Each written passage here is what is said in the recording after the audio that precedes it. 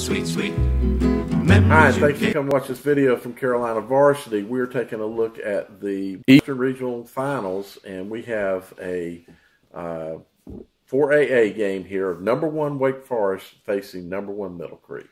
All right, so this is down east, and, you know, I was reading a little bit about this game, and this is a really big game. They've been really waiting for this game all season long between these two very good undefeated football teams. All right, so your unsung heroes for this game, for Middle Creek, is going to be their leading wide receiver, Riley Fredrickson, wears number 9. And they have a lot of balance among their receiving core, which makes it tough, you know, for teams to kind of pick out who is going to be the guy to really focus on. But this guy is their leading guy, and he's the one. I believe he has around 39 catches this year. Okay. And then you got for Wake Forest, linebacker Darius Hodge is their leading tackler. Has about 96 tackles on the year. And, you know, he's a team leader, and you know, for Wake Forest, he's going to play a big role, obviously, this Friday night. Last week, Wake Forest defeated Heritage, and they came back. They were down at the half. They come back to win 35-20. And then Middle Creek defeated Gardner last week, 47 to, I believe it was 33 was that score. And, you know, Middle Creek's put up a lot of points. You look at the teams on the field, Wake Forest is a run-first team big time. We've seen them before a couple times in the state championship game against Valley Creek. 5-to-1 run-to-pass ratio. So, obviously, for Middle Creek, you got to load the box. And, you know, I blitz their tendencies and try to force a turnover early on, especially. You know, you look at Middle Creek, you know, they're balanced in their play calls, but they got more passing yards and running yards. So they're more of a passing team, and the quarterback, Schaffner, is a really good one. Yeah. I know you got his stats over there you'll share in a second. But if you're Wake Forest, you know, this game's at Middle Creek. So, you know, coming out, man, you got to play the tendency. Play for the pass, keep Schaffner in the pocket, make him beat you from there, and then get after him and try to force some turnovers and, you know, get up early. And then, you know, put a little pressure on Middle Creek because they were in the spot last year. They couldn't get it done. They're in the same spot again. Right. Yeah, Schaffner, looking at the film on him, he throws a nice ball. Very, very good quarterback. 2,864 yards on the season. QBR is 132.8. So, man. So he's had 37 TDs and 5 interceptions. Very, very, very good season. He's ran the ball for 447 yards as well. So 13 touchdowns. He's ran for 13 touchdowns. He's thrown for 37. So that's 50 touchdowns. That's 50 touchdowns he's accounted for. And the team as a whole has 84 touchdowns. So wow, over half the touchdowns go through Schaffner. He's a dynamic guy to watch for sure.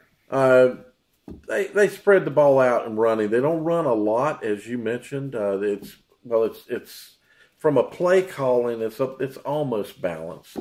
They are more yardage gain passing, as you mentioned. So from a play calling, it's 368 rushing to 313 passing. Yardage is 3143 passing to 1899. So definitely they look to get their action through the air, but they put the ball on the ground as well, which is kind of a dangerous team, can hit you, you know, either way. Yep. I wanted to throw out some players because one of the things that jumped out at me, and I'm not even going to say the stats for the running backs and all. You guys have talked about enough. I don't know how accurate these stats are, but the coaches put them in to Max Prep, so we got to throw them out. As a team, they say they have 219 pancake blocks. Good gracious. So I'm going to just name some of you linemen. I'll try to go down this quickly.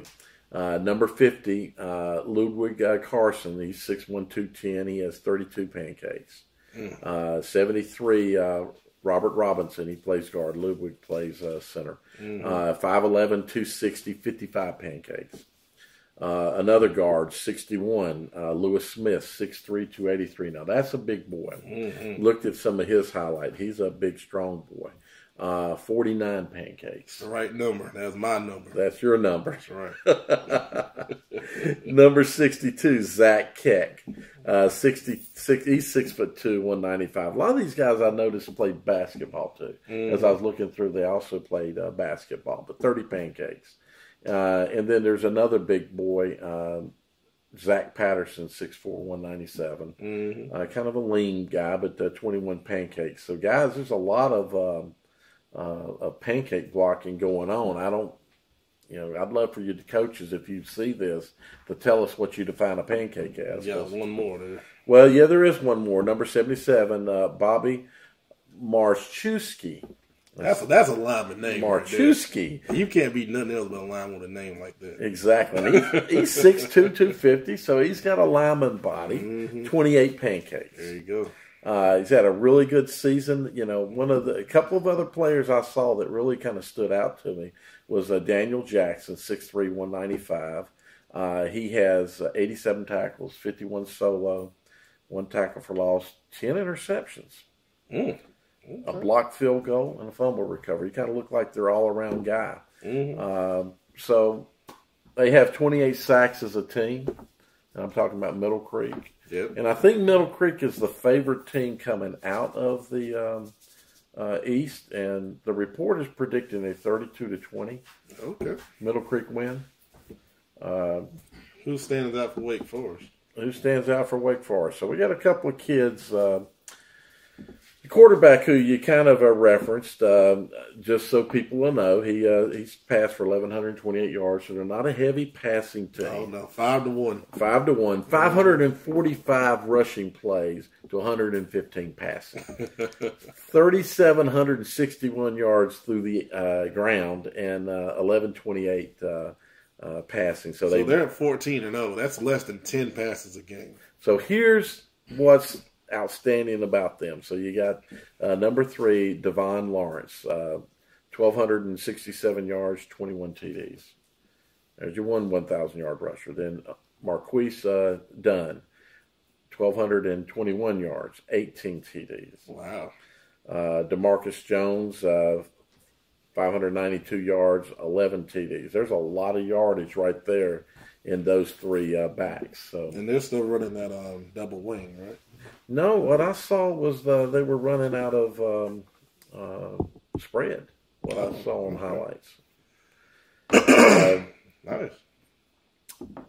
The other thing that I thought might be kind of important, because games like this could come down to, the report's not saying it, was kicking, and their field goal kicker has kicked a 44-yard field goal. He's 7-11 field goals and 62-68 PATs, and Middle Creek's kicker. He's kicked a 41-yard field goal. He's a little bit better on his accuracy, 58-60 on his PAT. So comes down to a kicking game. It looks like both of them can hit a 40-yard field goal. So that's big. That's big in high school. That is big. Yeah. You get anywhere in that 30-yard range and out, you eliminate a lot of kickers. Mm-hmm.